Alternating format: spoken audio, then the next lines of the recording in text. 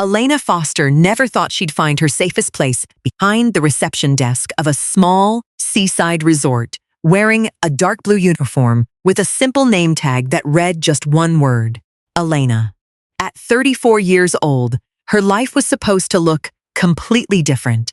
For years, her family had introduced Elena as the heir to Foster Hospitality, the hotel empire that stretched from Seattle all the way down to California. Her photo had graced the pages of business magazines. Her insights were quoted in travel industry analyses. Everyone believed that one day she should take over the business her grandfather had built from a single small hotel on the harbor. And Elena had believed it, too. She graduated with honors in economics from the University of Washington, then earned her MBA, and spent nearly a decade working tirelessly for the family company. Elena personally handled renovations, visited every property, negotiated contracts, and solved problems that even seasoned executives found daunting. She thought she was proving her worth, but it was only much later that Elena realized her capability was never what her family truly cared about. Her father, Richard Foster, was a man who always spoke of tradition and family honor. But behind all those words, what he cared about more than anything was control. And in his mind, the right person to take over the corporation wasn't Elena. It was her younger brother, Grant. Grant had a confident air, a charming way with words, and always knew how to get investors excited. Elena, on the other hand, was the one who quietly made sure everything ran smoothly. She saw the small details others often missed. She understood that behind every number were real people, working day in and day out. But in families that value appearances over substance, quiet contributions often go unnoticed. 3 months before her 34th birthday, Elena was called into a board meeting at the headquarters in downtown Seattle. She thought it was just a routine meeting.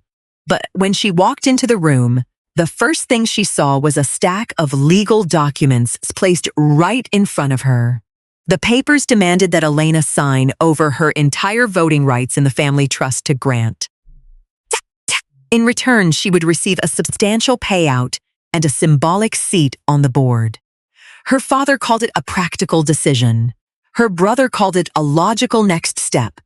The family lawyer called it a smooth transition. Elena sat in silence, staring at the pages in front of her. In that moment, a chilling truth settled over her. For all those years, she had believed she was building her own future. But to her family, she had only ever been a placeholder. That night, Elena went back to her own home, opened her closet, and started packing 2 suitcases. She didn't cry. When a hurt runs that deep, you often become strangely quiet. She drove through the night, leaving Seattle without telling a soul. By the time she passed Portland, Elena had turned off her phone. As the sun began to rise over the Oregon coast, she pulled over and got out of the car. The salty ocean air whipped through her hair. Waves crashed against the rocky shore, one after another. Before her, the ocean stretched out like an emptiness big enough to hold all the exhaustion she had carried for so many years. For the first time in a long time, no one was calling to ask her to sign a document. No one was reminding her to act in a way that upheld the family name. No one was deciding for her what her life should be. A week later, Elena took a job as the night manager at Seabrook Point, a resort tucked away on the Oregon coast. Her job was simple enough: checking in late arrivals, handling payment issues, issuing new room keys, listening to guests who were tired after a long day. The receptionist's uniform gave Elena a strange sense of peace. Here, no one cared whose daughter she was. No one asked how many shares she owned. No one judged her by the net worth attached to the Foster name. They only cared if she was good at her job. And for the first time in years, Elena felt a sense of relief. The resort's owner was Daniel Hart, 46 years old. He was calm, reserved, and had a kind of presence that made people naturally lower their voices when he entered a room. Daniel wasn't the type to seek attention. but he had a knack for noticing things that others missed. A guest trying to act okay even with red-rimmed eyes. An employee forcing a smile, exhausted on the inside. A picture hanging just a few millimeters crooked. Daniel was a successful man, but the loneliness that surrounded him was so palpable it was hard to ignore. His wife, Claire, had passed away 6 years ago. Since then, Daniel had mostly drawn into himself. He was still polite, still kind, but he always maintained just enough distance to keep anyone from stepping too deeply into his private world. The first time Elena truly met Daniel, it was nearly midnight. He was standing in the lobby, straightening a picture frame on the wall. He glanced at her name tag and said in a low voice, "You realize the guest in room 214 was having a hard time before he even said a word. Not everyone has that kind of intuition." It was just a simple sentence, but Elena felt as if something had gently touched the deepest part of her. For months, people had only seen her for what she could sign, transfer, or give up. But Daniel, who knew nothing about her family, saw her observant nature, her subtlety, and an empathy she had always taken for granted in herself. Standing behind the reception desk on a night when the sea wind blew hard against the glass panes, Elena felt her heart stir. She had come to Oregon to disappear from her old life. But she never expected that the first person to truly see her would be a man who was also quietly carrying his own unhealed wounds. The first few days at Seabrook Point passed slowly, following a rhythm completely different from the life Elena had once known. In Seattle, her mornings used to start with back-to-back meetings, a constantly ringing phone, and emails marked urgent. Everything moved at a speed that made you feel like for even a minute would leave you hopelessly behind. But here on the Oregon coast, time seemed to move in its own way. Mornings began with the steady sound of waves crashing offshore. Seagulls soared across the pale gray sky. The smell of freshly brewed coffee mingled with the scent of pine and the salt of the ocean. No one was in a hurry. No one spoke too loudly. Even the wealthiest guests seemed to naturally lower their voices upon entering, as if the surroundings reminded them that some things in life were more important than schedules and profits. Elena gradually fell in love with this place in a very natural way. She loved the feeling of opening the lobby doors at 11 o'clock at night, when the hallways were quiet, and all you could hear was the sea wind rustling through the coastal trees. She loved helping an elderly couple find the glass he had left behind at the restaurant. She loved hearing a weary guest let out a sigh of relief when she quickly resolved a booking issue. These tasks were small, but they gave her a feeling she hadn't experienced in years. The feeling of being useful, not because of her family name, not because of her wealth, not because of what others expected of her, but simply because she was present. She was paying attention, and she was doing the job in front of her well. On the mornings after her shift, Elena would often walk along the beach. She'd wrap a wool scarf around her neck, slip her hands into her coat pockets, and walk slowly across the damp sand. Some days were so cold that her breath clouded in the air. On others, the sea was as still as a sheet of silver-gray glass. Elena would often bring a hot coffee and stand for several minutes at a time, just watching the waves endlessly roll onto the shore, then pull back again. The sight always made her think about life, how some things feel like they wash everything away, but in the end, they always leave room for a new beginning. She no longer woke up with that heavy feeling in her chest, no longer felt the need to check her phone the moment she opened her eyes, no longer had to brace herself for a conversation where she knew she'd have to defend her own worth. The peace had come slowly, but it was real. Daniel Hart, however, kept his distance. He wasn't the type to make small talk with his staff. He would appear seemingly out of nowhere, observe everything, offer a few brief remarks, and then be gone again. But Elena quickly realized that Daniel noticed far more than his cool demeanor let on. One evening, as Elena was handling a room change for a particularly difficult guest, Daniel was standing at the far end of the lobby. He didn't interfere. He didn't give orders. He didn't seem impatient. He simply stood there, watching. After the guest left, visibly satisfied, Daniel walked over to the front desk. "You handled that very well." Elena looked up, slightly taken aback. "Thank you, sir." Daniel gave a slight nod. Most people just hear what a guest is saying. You listen for what they actually need. And with that, he turned and walked away. It was only a few short sentences. But Elena knew that praise dungeon so rare, it carried more weight than all the hollow compliments she'd ever heard in the business world. Another time, Daniel was walking through the lobby close to midnight. Elena was sitting at the desk, reading a novel she'd borrowed from the local library. He paused. "Jane Austen?" Elena smiled. "Are you surprised? Most people working the night shift are usually on their phones. And most people think the night clerk doesn't read Austen." A faint smile touched Daniel's lips. "You have a point there." He then poured himself a cup of coffee and stood by the glass doors, looking out at the sea. Elena went back to her book, but she was keenly aware of his presence.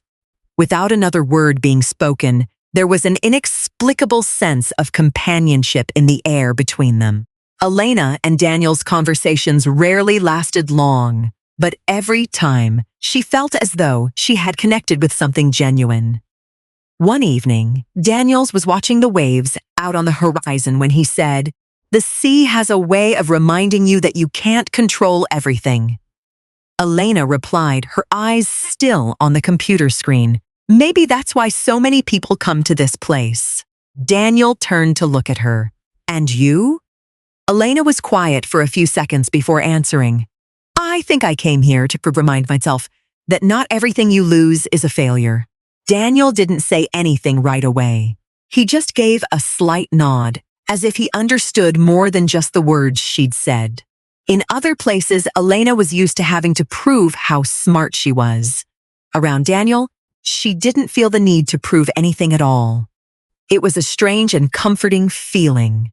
Over time, the resort staff grew fond of Elena. She was invited to simple meals in the staff break room. They showed her the bravest in town. They'd ask how she was doing, as if she'd belonged there for a long time. One evening, while folding some receipts, Elena suddenly realized it had been days since she'd thought about Seattle. She hadn't thought about that meeting, or the legal files, or the cold look in her father's eyes. She was only thinking about the mist that might roll in from the sea tomorrow, and whether Daniel would come down to the lobby around 11 o'clock at night. The thought made her smile. And in that exact moment, Elena understood that some departures aren't about running away. Some are a way of saving the part of your dignity you refuse to lose. Leaving a place where you're no longer valued isn't weakness. It's courage. The courage to accept being alone for a while. The courage to step into a whole new life. The courage to believe you deserve more than what others have prescribed for you. Elena didn't know where the future would take her. She didn't know what role Daniel Hart would play in her story. But standing in the quiet resort lobby, listening to the sound of the waves echoing through the glass, she felt her heart truly at ease for the first time. And sometimes, peace doesn't begin with a great victory. It begins the moment you're strong enough to leave a place that is no longer for you. People who have experienced loss often have a unique way of recognizing each other. They don't need to share too many stories. They don't need long explanations. All it takes is a look that lingers a moment too long, a small pause in a sentence, or the way someone goes quiet at the mention of a name no longer in their life. Elena began to notice this in the weeks that followed. Daniel kept his habit of appearing in the lobby late at night when most of the resort had fallen silent. Sometimes he would just check a few reports. Other times, he'd stand before the glass window, looking out at the sea for several minutes without saying a word. At first, Elena thought it was simply the habit of a perfectionistic business owner. But gradually she came to understand that some people don't want to return to a room that feels too large when all that's left inside is emptiness. One evening in late October, it had been raining continuously from the afternoon deep into the night. The raindrops beat against the windows, creating a steady rhythm like a gentle knock on an old memory. Only Elena and Daniel were left in the lobby. A couple had just finished checking in. The phone was quiet. The clock on the wall read 11:20. Daniel set his teacup down on the counter. "Do you ever find it strange?" he said, his eyes still on the rain, "that a place can have everything and still make you feel like something's missing?" Elena looked up gently. "I think we all feel that way sometimes." Daniel nodded, as if her answer confirmed something he already knew. He was quiet for a while before he spoke again. Claire loved rainy nights like this. It was the first time Daniel had mentioned his wife's name. His voice was steady, but Elena could hear the softness in every word. "She used to make tea, pull me over to the window, and make me stop working for at least 10 minutes. Elena smiled. "She sounds like someone who knew how to make people slow down." She was. Daniel looked down at his hands. "I always thought there would be so much more time." The words were spoken so softly they almost dissolved into the sound of the rain outside. But Elena understood its weight. In life, it's often the quietest words that carry the most regret. "Was she sick?" Elena asked softly. Daniel nodded. "Ovarian cancer. They caught it late. It was 11 months from the diagnosis until she was gone." He paused, taking a slow, deep breath. "I've spent my entire career solving problems, but some things, no amount of money or determination can fix." Elena looked at the man in front of her. For the first time, she didn't see Daniel as a successful businessman or the owner of a luxury resort. She just saw a man who had loved deeply and had to learn how to keep living after losing the most important thing in his life. "I'm so sorry," she said. Daniel gave a slight nod. "After Claire passed, I told myself that if I never let anyone get too close, I'd never have to go through that kind of pain again." Elena understood. She understood so deeply her heart sank. Not because she had lost a partner, but because she, too, had learned to build walls to protect herself. She glanced down at the silver ring on her finger, the only piece of jewelry she still had from when her mother was alive. "My mother passed away when I was 13. Daniel turned to look at her. Elena rarely spoke about this with anyone. But in that moment, something about Daniel's honesty made her feel she no longer needed to hide. "My mother was the only one in my family who always saw me for who I really was." Her voice grew softer. "She didn't care if I was perfect or not. She just wanted me to be happy." Elena smiled, but her eyes held a distant longing. "Whenever I doubted myself, my mother would say that a person's worth isn't in what they own, but in how they make others feel valued." Daniel listened intently. "She must have been a very special woman. She was the kindest person I've ever known." Elena gazed out at the rain. "After my mother passed, our house stayed the same. We still had the fancy dinners, the expensive vacations, the family things, but everything was different. It felt like the light in the house had changed color." Daniel nodded slowly.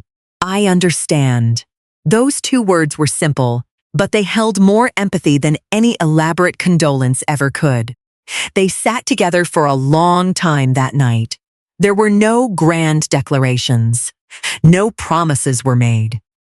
There were only two people who had lost the most important things in their lives, slowly learning how to speak of their pain without feeling ashamed. After that night, the relationship between Elena and Daniel shifted in a very subtle way. Daniel was still reserved, but the look in his eyes grew warmer. He started asking Elena small questions. "Was the ocean beautiful today? How far along are you in that book you're reading? Have you tried the clam chowder at the place by the harbor yet?" Elena realized that behind his calm exterior, Daniel was a man who noticed the smallest details. One time, he left a cup of chamomile tea at the front desk for her. "I remembered you said you haven't been sleeping well lately." That was it. No explanation. No grand gesture. But Elena felt her heart soften. She began to pay attention to Daniel in similar ways. If he seemed tired, she'd make his coffee a little stronger.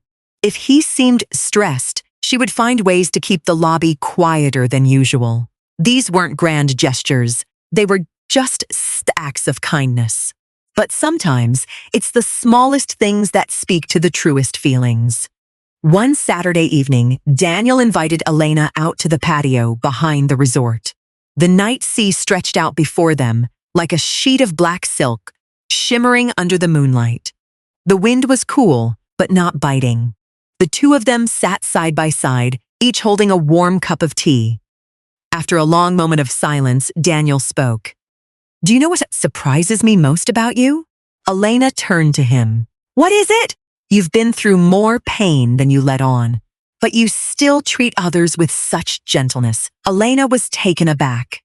Not because his words were overly flowery, but because they touched upon the one thing she always tries so hard to protect within herself. "My mother used to teach me," she said softly, "that being hurt is never an excuse to hurt others." Daniel looked at her for a long time. "Perhaps that's a lesson I'm still learning." Elena offered a small smile. "You've learned more than you think." In that moment, Elena saw a softness in Daniel's eyes that he rarely ever let show. He was no longer the man who always kept his distance. No longer the businessman who controlled everything. He was just a person, slowly starting to believe he could open his heart one more time. And Elena realized something. The strongest people aren't the ones who have never been hurt. They are the ones who have walked through loss, yet held on to their kindness, and found the courage to continue treating the world with a gentle hand. That night, as the waves quietly lapped against the rocky shore, both Elena and Daniel felt something that neither of them had yet put into words. Between two people who thought they had grown, used to being alone, a very real connection silently forming. Everything started to change on a Friday afternoon when the Oregon sky was a pale gray and the first winds of winter were blowing hard through the pine trees in front of the resort. Elena had just finished her shift when she saw a glossy black Mercedes-Benz S-Class pull up silently to the main entrance. The woman who stepped out of the car seemed to illuminate the entire space with her near-perfect poise. She was tall and elegant, wearing a cream-colored cashmere coat, her hair smoothed back without a single strand out of place, and her high heels made sharp, decisive clicks on the stone floor. Elena didn't need an introduction to understand immediately. This was the kind of woman who had once belonged in Daniel Hart's world. The woman walked straight to the reception desk. "I need to see Daniel." Her voice was soft, but it carried the distinct confidence of someone accustomed to doors always opening for them. Elena remained professional. "I'm sorry, do you have an appointment?" The woman glanced down at Elena's name tag, her eyes pausing for a beat. "Elena, I'm Victoria Lang." The name meant nothing to Elena, but the way she introduced herself, as if no further explanation were needed, made everything clear. "Daniel will want to see me." Elena made a call on the internal line. Just a few minutes later, Daniel appeared at the top of the stairs. The moment he saw Victoria, Elena noticed a very slight tightening in his otherwise calm expression. "Victoria." "Hello, Daniel." They shook hands politely, like two people who had once been very close but were now separated by a distance veiled in perfect civility. "You didn't answer my emails." Daniel looked at her for a few seconds. "I thought we said everything that needed to be said a long time ago." Victoria smiled. "Perhaps I didn't think so." Daniel invited her into his office. Before the door closed, Victoria turned to look at Elena one more time. The look wasn't rude. But it was enough to make Elena feel like she was on the outside of a world she had never truly belonged to. That evening, Elena tried to act normal, but the image of Victoria kept replaying in her mind. That woman was confident, sophisticated, a perfect fit for fundraising galas and conversations with investors. And Elena, at least at that moment, was just the night shift receptionist with a few sweaters and 2 suitcases she'd brought with her from Seattle. When Daniel came down to the lobby near midnight, he stopped at the desk. "You're still here." Elena looked up, trying to keep her voice casual. "It's part of my job description." Daniel chuckled softly, but his eyes quickly softened. "Victoria is my ex-fiancée." Elena nodded. "I figured as much." Daniel leaned gently against the counter. "We broke off the engagement 2 years ago, but it seems she hasn't quite accepted that. Perhaps—" Elena looked down and started arranging some papers. She didn't want Daniel to see the feelings welling up inside her. After a few seconds of silence, Daniel spoke softly. "You don't have to worry." Elena looked up. "I'm not worried." Daniel looked at her as if he knew she wasn't being honest, but he didn't press the issue. After Daniel left, Elena stood alone in the lobby, wondering why such a brief encounter could leave her feeling so unsettled. The answer came to her more clearly than she wanted to admit. Because Victoria represented everything Elena thought she could never be in Daniel's life. Meanwhile, back in Seattle, the Foster family was beginning to realize that Elena needed more than just some time to cool down. Her father left message after message. At first, his tone was firm. Then came the explanations, and then the guilt trips. "You're making this harder than it needs to be. Grant needs to finalize the paperwork before the end of the year. We're family." Elena didn't respond, but her silence only seemed to make her family more determined to find out where she was. One morning, as This was walking back from the beach, she saw 12 missed calls on her phone from an unknown Seattle number. That was immediately followed by an email from the family lawyer. The message was brief but full of pressure. They wanted her to return for a final discussion. Elena sat down on a wooden bench, overlooking the sea. A familiar sense of exhaustion washed over her. She had once thought that just leaving would make everything simpler. But some ties don't disappear just because you change your address. That evening, Daniel noticed Elena was quieter than usual. He placed a cup of tea in front of her. "Not an easy day?" Elena gave a small smile. "Some days the past just knocks a little louder than others." Daniel didn't ask for details. And it was that very sensitivity that moved Elena all the more. But at the same time, it terrified her even more. She began to wonder what would happen if Daniel knew the whole truth. What if he knew she wasn't just a woman finding her way, but someone trapped toward family, inheritance, and a web of unresolved obligations? What if he knew she wasn't truly free? And deepest of all, Elena wondered if a man like Daniel could ever love a woman who was still struggling to find her own worth. That night, after her shift ended, she stood alone before the large glass window, looking out at the sea. Distant lights flickered in the mist, like faint signals lost in the darkness. Elena realized it wasn't their difference in status that worried her most. After all, she knew better than anyone that money couldn't guarantee happiness. What truly scared her was a question she'd never dared to voice. If Daniel knew everything about her, would he still choose to stay? And perhaps the greatest fear we all share isn't being rejected. It's the fear of not being worthy of being loved for who we truly are. The morning began like any other. The sky outside was a soft silver gray. Waves rolled against the rocky shore. In the main lobby of Seabrickant, the scent of freshly brewed coffee mingled with the smell of pine and the salt-tinged air of the ocean. Elena had just finished the night shift. She'd barely slept in 2 days. The calls from Seattle were growing more insistent.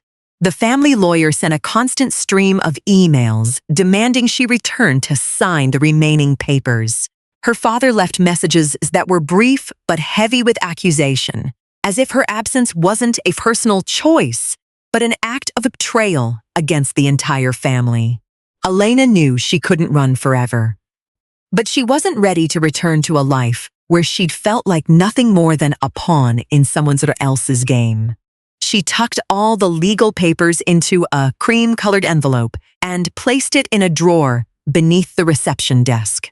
They were documents related to the trust fund, voting shares, and the draft of a settlement she had never signed. She intended to take them to her room after her shift handover. But just then, an elderly guest rushed in, his face etched with panic. He'd just realized he'd lost a watch that had belonged to his late wife. Elena immediately began helping him, checking security footage and contacting the housekeeping staff. In the commotion, she forgot all about the drawer she'd left slightly ajar. An hour later, Daniel came down to the lobby. He was planning to leave a few documents for the morning shift. As he passed the desk, he noticed the envelope was still there, the corner of a document peeking out. Daniel wasn't the type to pry into other people's private affairs, but the name at the top of the page made him freeze: Foster Family Trust. Daniel's brow furrowed. He slid the paper out just a little further. The next line came into view: Elena Margaret Foster, beneficiary and voting shareholder. For a few seconds, Daniel stood perfectly still. He read the name again, and then all the pieces began to click into place. Elena's extensive knowledge of the hotel industry, her quiet confidence that understated elegance, the way she handled situations like someone who was used to being in charge, not just working behind a desk. And now, the name, Foster, one of the most powerful families in the West Coast hospitality industry. Daniel gently slid the document back into place, but his heart felt heavy. When Elena returned from the security office, she found Daniel standing behind the counter, an envelope in his hand. The color drained from her face. Daniel. He held up the folder. Elena Foster. It wasn't a question. It was a truth, now spoken aloud. Elena stepped forward, her breathing quickening. I was going to tell you. When? Daniel's voice wasn't loud, but it was cold enough to make the distance between them feel suffocating. When things were clearer. Daniel laughed, but there was no humor in it. Clearer for who? For you or for me? Elena swallowed hard. I wasn't hiding it to deceive you.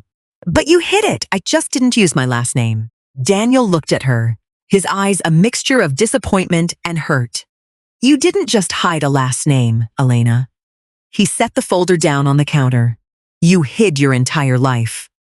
Elena felt her chest tighten. Everything I've told you is true. What about the part where you were the heiress to a multi-billion-dollar corporation? Elena clasped her hands tightly. That's not who I am. Daniel was silent for a moment. Maybe the problem is I don't know who the real you is anymore. His words cut deeper than Elena could have imagined. Because for the past several weeks, for the first time in her life, she had felt truly seen. And now, the very person who had given her that feeling was questioning who she was. The Elena from Seattle is a part of a past I'm trying to escape. Her voice trembled. The person standing here? This is me. Daniel looked at her for a long moment. I told you things I haven't told another soul in years. I know. I trusted you. Elena took a step closer, and I never once took advantage of that trust. Daniel turned away, as if trying to control something deep within himself. When Claire passed away, I promised myself I wouldn't let anyone into my life unless I knew, truly knew, who they were. Elena felt her eyes begin to burn. You know who I am. Daniel shook his head. Maybe I only know the side of you that you wanted me to see. The silence stretched on. Outside, the waves crashed with a steady rhythm, as if nothing had happened at all. Elena took a deep breath. Do you think I'm some rich woman playing a game of hide-and-seek for fun? Daniel didn't answer. Do you think I'd leave everything behind, take a job here, live a completely different life, just for the thrill of it? Her voice began to break.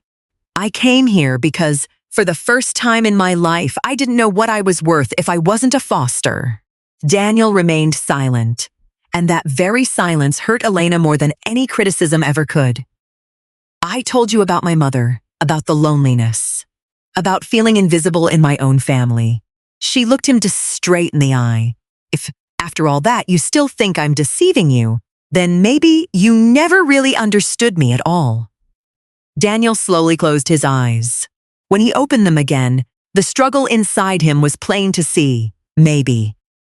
Just one word. But it was enough to make something inside Elena shatter. She nodded slowly.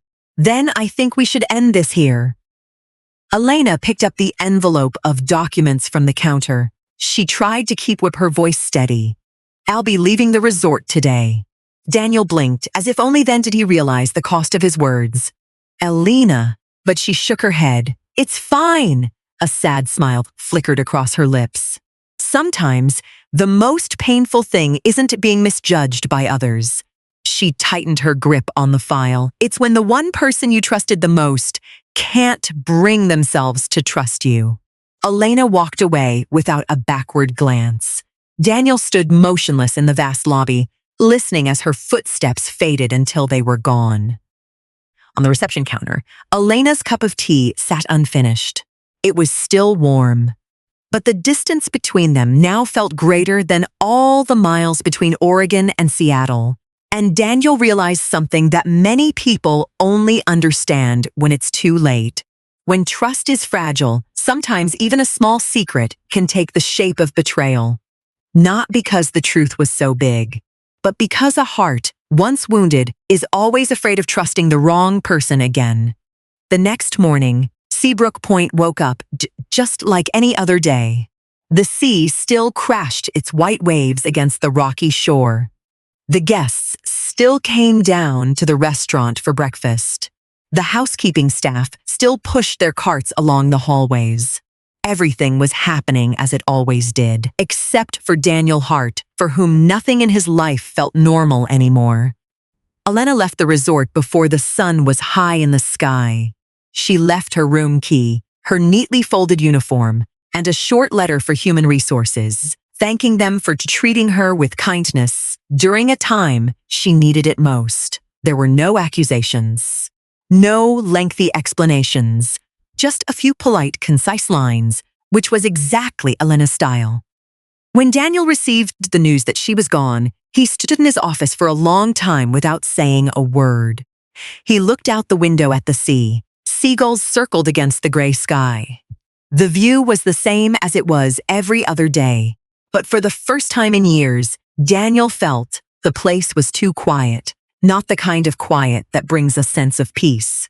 It was the kind of quiet that makes you realize you've just lost something important. That night, Daniel walked down to the lobby out of habit.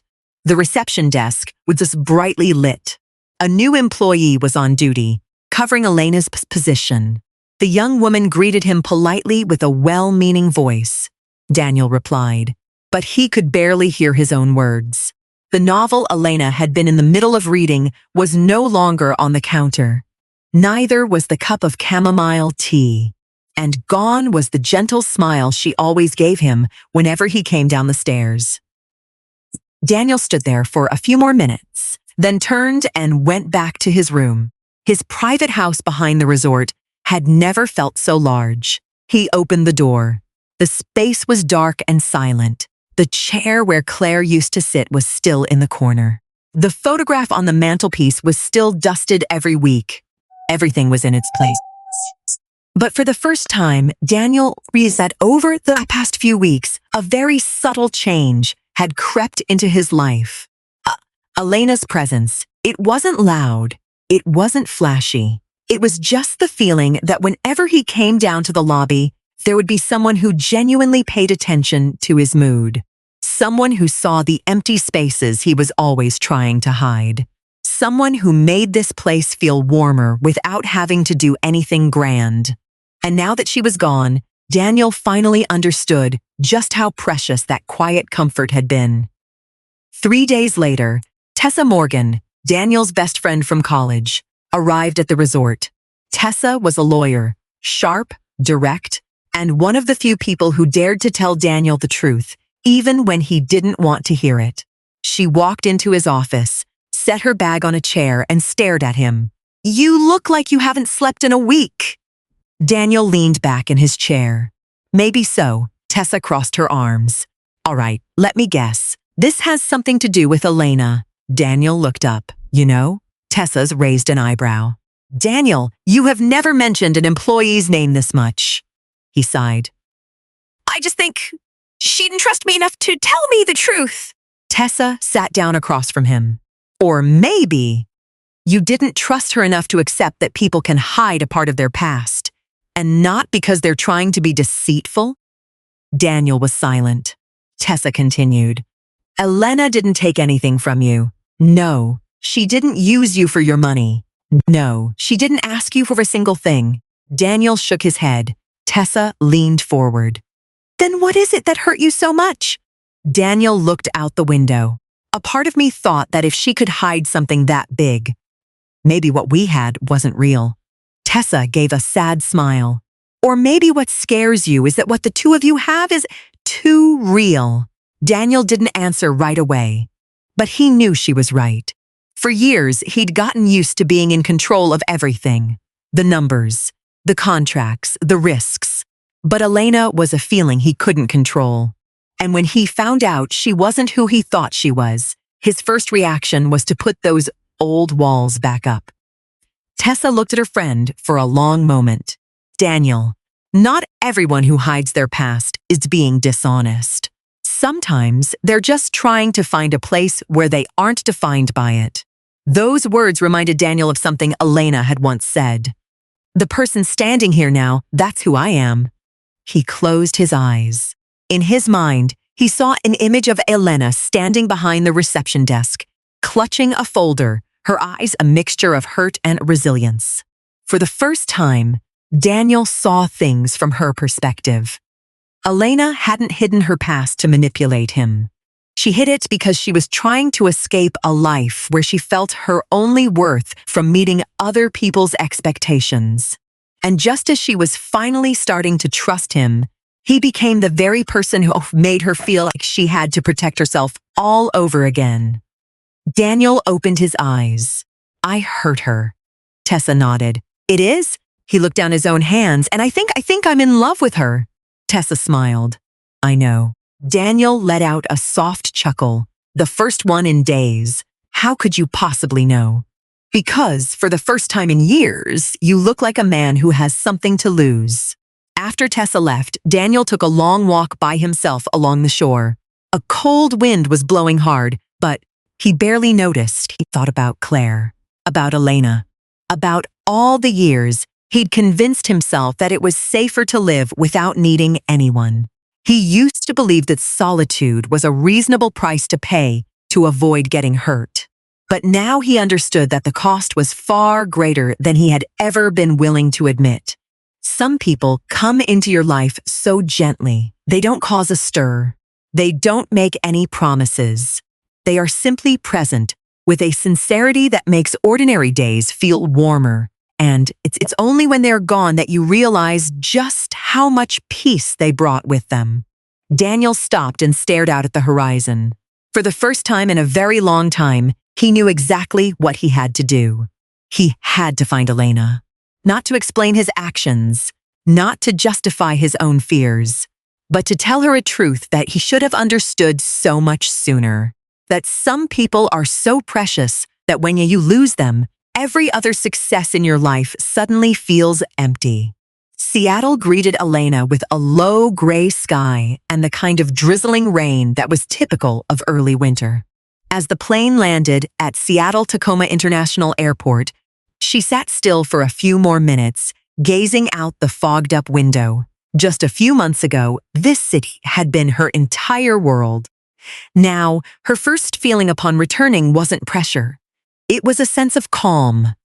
Elena rented a small apartment near Lake Washington instead of returning to the family home. She wanted to walk into this confrontation as an independent woman, not as a daughter waiting to be forgiven for not doing as she was told.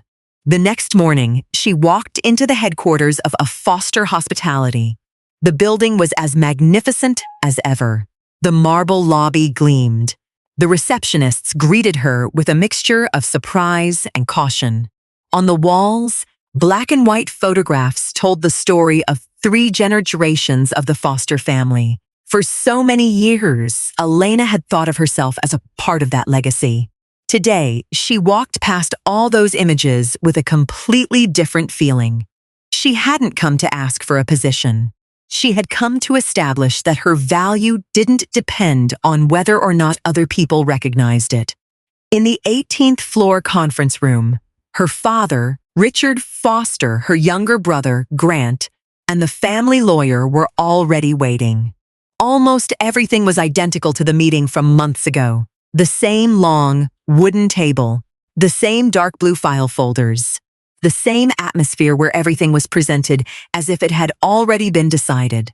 Richard was the first to speak. "I'm so glad you're here." Elena sat down, placing her handbag beside her. "I came back to make things clear." Grant forced a polite smile. "If you just sign these papers, this can all be over smoothly." The lawyer pushed the folder toward her. The pages were all too familiar, a reminder of the things that had once made her feel completely powerless.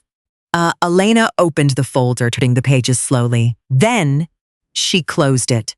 "I won't be signing." The room fell silent. Richard frowned. "Elena, this isn't an emotional decision." "You're right," she replied calmly.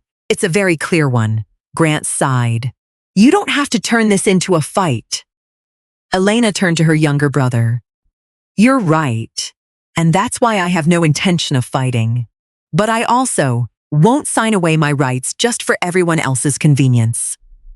Richard leaned back in his chair. "You're putting your personal feelings above the family's best interests." Elena looked at her father for a long moment. "No, I'm just done accepting that the family's best interests are always defined in a way that requires my sacrifice." Richard was silent for a few seconds. "You'll receive a very generous sum." Elena smiled faintly. "You still think this is about money, Dad?" Her voice wasn't harsh, just low and steady. "What I wanted was never a payout. I want to be treated like someone who spent 10 years of her life building this company." Grant clasped his hands together. "No one is dismissing your contributions." Elena turned to him. "If you weren't dismissing them, you wouldn't be sitting here assuming I should just step aside." Her words left Grant speechless. The family lawyer cleared his, "Perhaps we can find a compromise." Elena looked at him. "Yes.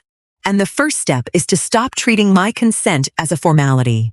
She took out a new set of documents. "I've hired my own counsel." Richard's brow furrowed.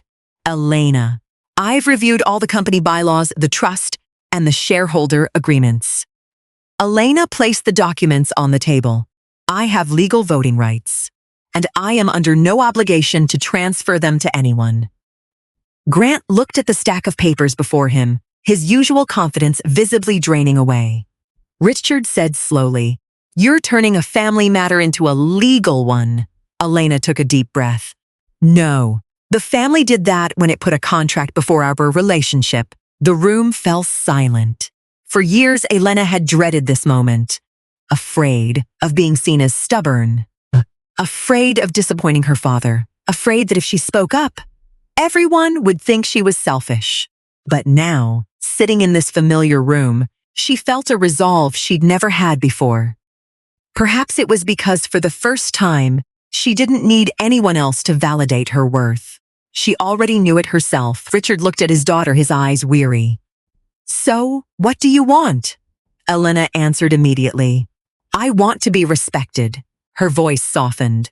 "If the company truly needs Grant in that position, we can discuss it fairly, but I won't sign anything just because everyone thinks I should make a sacrifice to keep the peace." Richard was silent for a long time. For the first time, Elena saw in her father's eyes not just annoyance, but a hint of astonishment. It was as if he was realizing the daughter in front of him was no longer the person who was always trying to win his approval. The meeting ended without any signatures. As Elena stood up, Grant spoke. You've changed. Elena looked at her younger brother, her expression calm. No, she picked up her purse. I've just stopped doubting my own worth. Leaving the building, Elena walked slowly through the light rain. Raindrops settled on the shoulders of her coat, but her heart felt lighter than ever. The fight ahead might still be long. Her family might need time to accept that she would no longer play the role of the one who always gives in. But the most important thing had already changed. Elena was no longer waiting for her father's approval. She no longer needed a signature, a title, or a word of praise to believe that she had value. She had finally given herself the respect she had spent so long seeking from others. And that is the moment when you truly begin to grow up. Not when life gets easier, but when you are calm enough to say, I know who I am. And that is enough. Daniel Hart arrived in Seattle on a rainy afternoon. He didn't bring flowers. He hadn't prepared a perfect speech. He had no plan whatsoever to convince Elena to come back to him. For years, Daniel had been accustomed to solving problems with strategy, resources, and with swift, decisive action. But this time, he understood perfectly well that some things couldn't be fixed with money or arrangements. If there was any chance of stepping back into Elena's life, it could only begin with the truth. The plane landed at Seattle-Tacoma International Airport as the city was veiled in the thin, characteristic drizzle of the Pacific Northwest. Daniel rented a car and drove straight to the address Elena had sent him in a brief email. That email had only one line. I'm doing okay. I hope you are too. No accusations, no coldness. But that politeness made Daniel feel the distance between them was greater than ever. The apartment Elena was renting was in a quiet neighborhood near Lake Washington. Daniel stood in front of the door for nearly 5 minutes before he found the courage to ring the bell.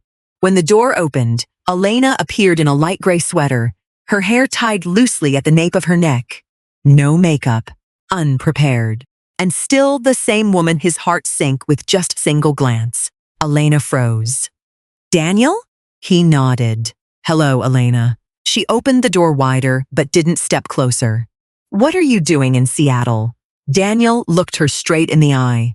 To apologize. Elena didn't answer right away. After a few seconds, she stepped aside. Come in. The apartment was small but warm. A bookshelf stood by the window. A wool blanket was draped over the sofa. A cup of tea, still steaming, sat on the table. Daniel realized that no matter where she was, Elena always had a way of making an unfamiliar space feel peaceful. The two of them sat facing each other. The distance between them wasn't great, but the unspoken words still filled the room. Daniel was the first to speak. I didn't come here to explain my actions. Elena crossed her arms, waiting silently for him to continue. And I didn't come to justify the way I reacted. Daniel took a deep breath. I came because I hurt you. For the first time since he'd walked in, Elena's gaze wavered slightly. Daniel continued. When I saw those papers, I let my fear speak louder than my reason. He looked down at his hands. I used to believe that if I kept my distance from people, I wouldn't have to suffer another loss. Daniel looked up. But you came into my life and made me want to trust again. His voice was low. And instead of facing that feeling, I reacted like a scared man. Elena looked at him for a long time. You made me feel like what I shared with you wasn't enough for you to believe me. Daniel nodded slowly. I know. And the most painful part wasn't that you found out about my past. Elena's voice was gentle but firm. It was that you let that past blind you to the person standing right in front of you. Daniel felt his throat tighten. You're right. He didn't add a but. He offered no excuse to lessen his responsibility. He simply accepted the truth. I was wrong. Elena lowered her eyes. In her life, she had heard so many apologies, but most of them came with excuses, conditions, or a quiet defensiveness. Daniel's apology was different. It didn't ask for immediate forgiveness. It didn't try to smooth things over. It didn't try to salvage the situation with pretty promises. It was just a simple, sincere admission. Daniel pulled a small from his jacket pocket. I brought this. Elena opened the envelope. Inside was her name tag from Seabrook Point. The dark blue tag slightly scratched at the corner. Elena, no last name, no title, just a name. Daniel watched her. I kept it on my desk. His voice was slow. It reminded me that the most important thing about you was never the name Foster. Elena held the tag a little tighter in her hand. So what is the most important thing? Daniel gave a sad smile. It's the way you make people feel seen. He paused. It's your kindness. It's your courage. It's a sense of peace I only feel when I'm with you. A shimmer of tears welled up in Elena's eyes. Daniel sat up straighter. I didn't come here to ask you to come back to Oregon. He looked at her with absolute sincerity, and I don't expect you to forgive me right away. His voice lowered. I just want you to know that I understand where I went wrong. And no matter what you decide, I will always be grateful that you came into my life. Elena was speechless. In the small room, the sound of the rain outside became a gentle backdrop. A long moment passed before she spoke. Do you know what the hardest thing has been for me? Daniel shook his head slightly. Elena? Believing that I didn't have to be perfect to be worthy of love. Daniel looked at her, unblinking. You never had to be perfect. He leaned forward. You just needed to be you. Silent tears traced paths down Elena's cheeks. Not from pain, but because sometimes the greatest healing comes from having someone look directly at your most fragile parts and say, I'm still here. And Elena realized something. A true apology isn't about finding the most beautiful words. It's the courage to stand before the person you've hurt, set aside your own pride, and say something simple but full of responsibility. I was wrong, and I am truly sorry. Saul, Elena sat in silence for a long time after Daniel had finished. Outside the window, rain fell steadily over Lake Washington. The droplets drew long streaks down the glass, softening the distant city lights into a hazy blur. In the small room, neither of them rushed to speak. Daniel had said everything he needed to say. Now the decision was entirely up to Elena. She gently turned her name tag over in her palm. Elena. Just a simple name. Not Foster. No title. No obligation to prove anything to anyone. Elena looked up at Daniel. In his eyes, she saw no pressure, no expectation, no impatience for immediate forgiveness.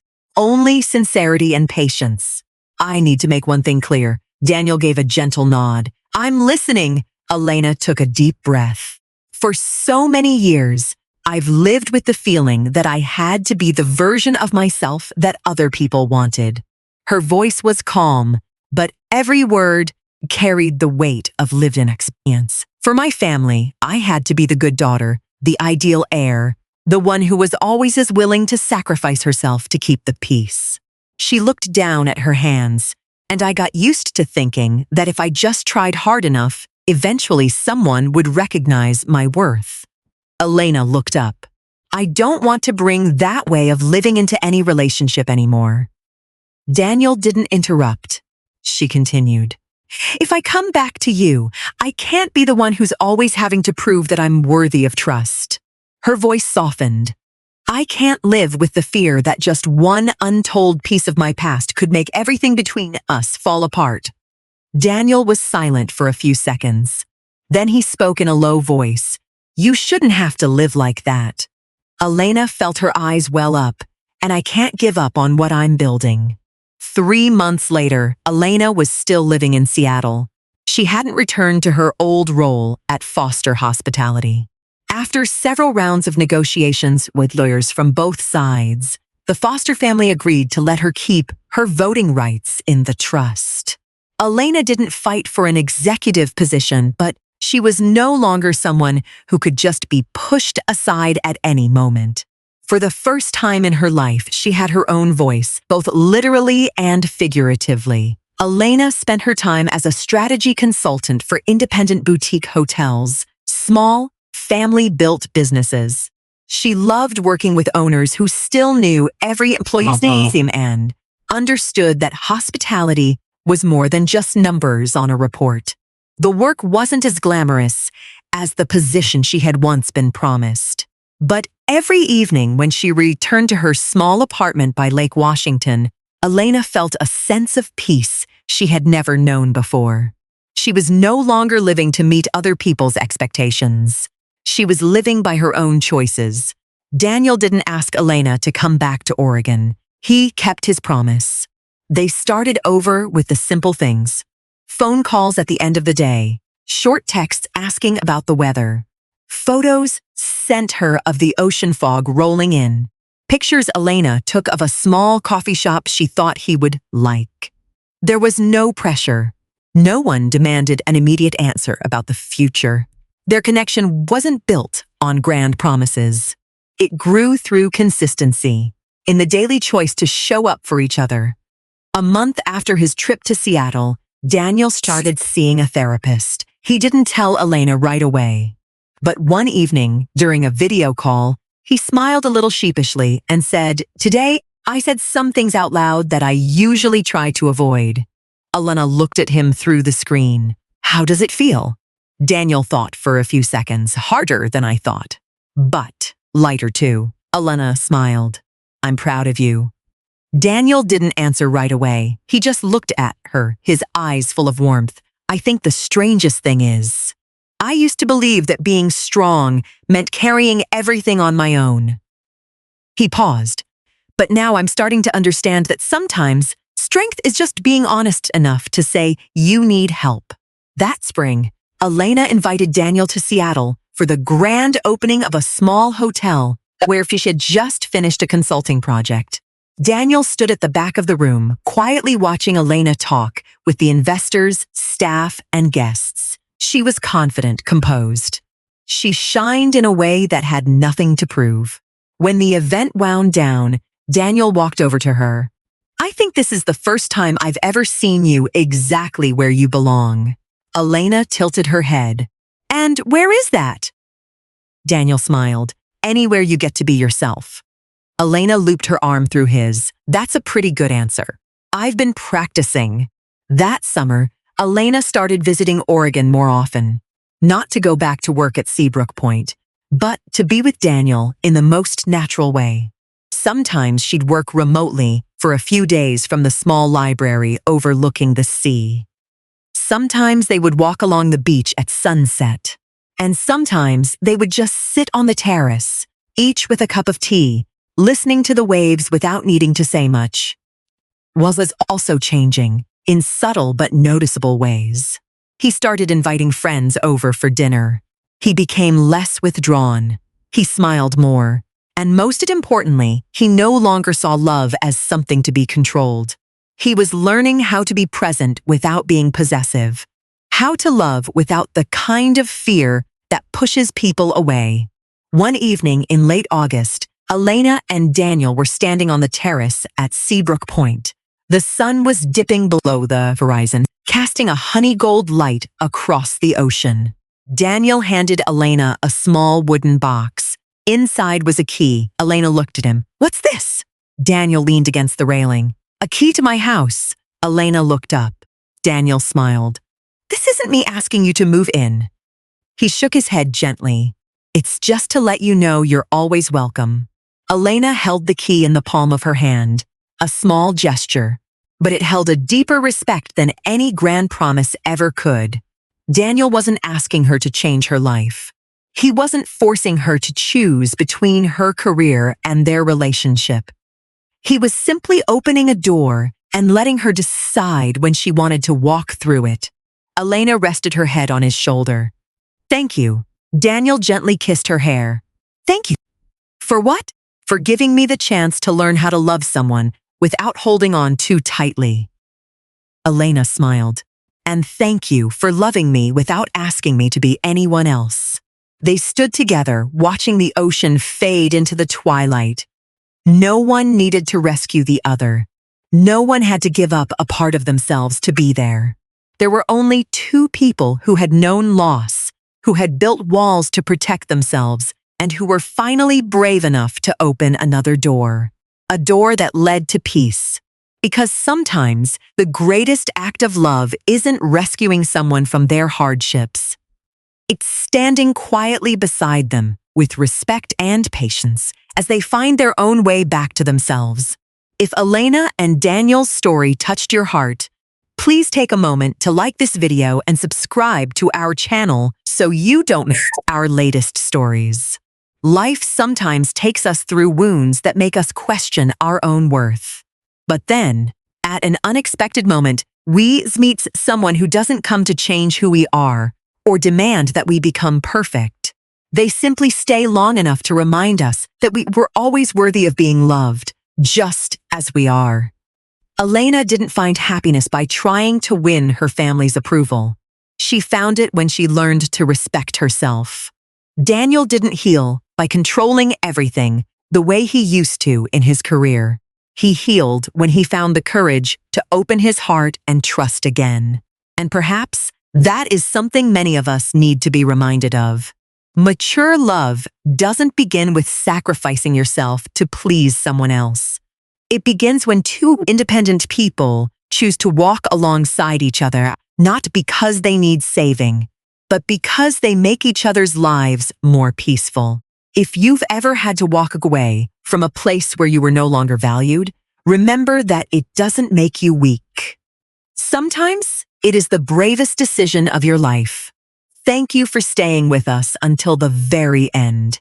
May you always be strong enough to protect your self-respect and gentle enough to open your heart when you meet the right person. We'll see you in the next story.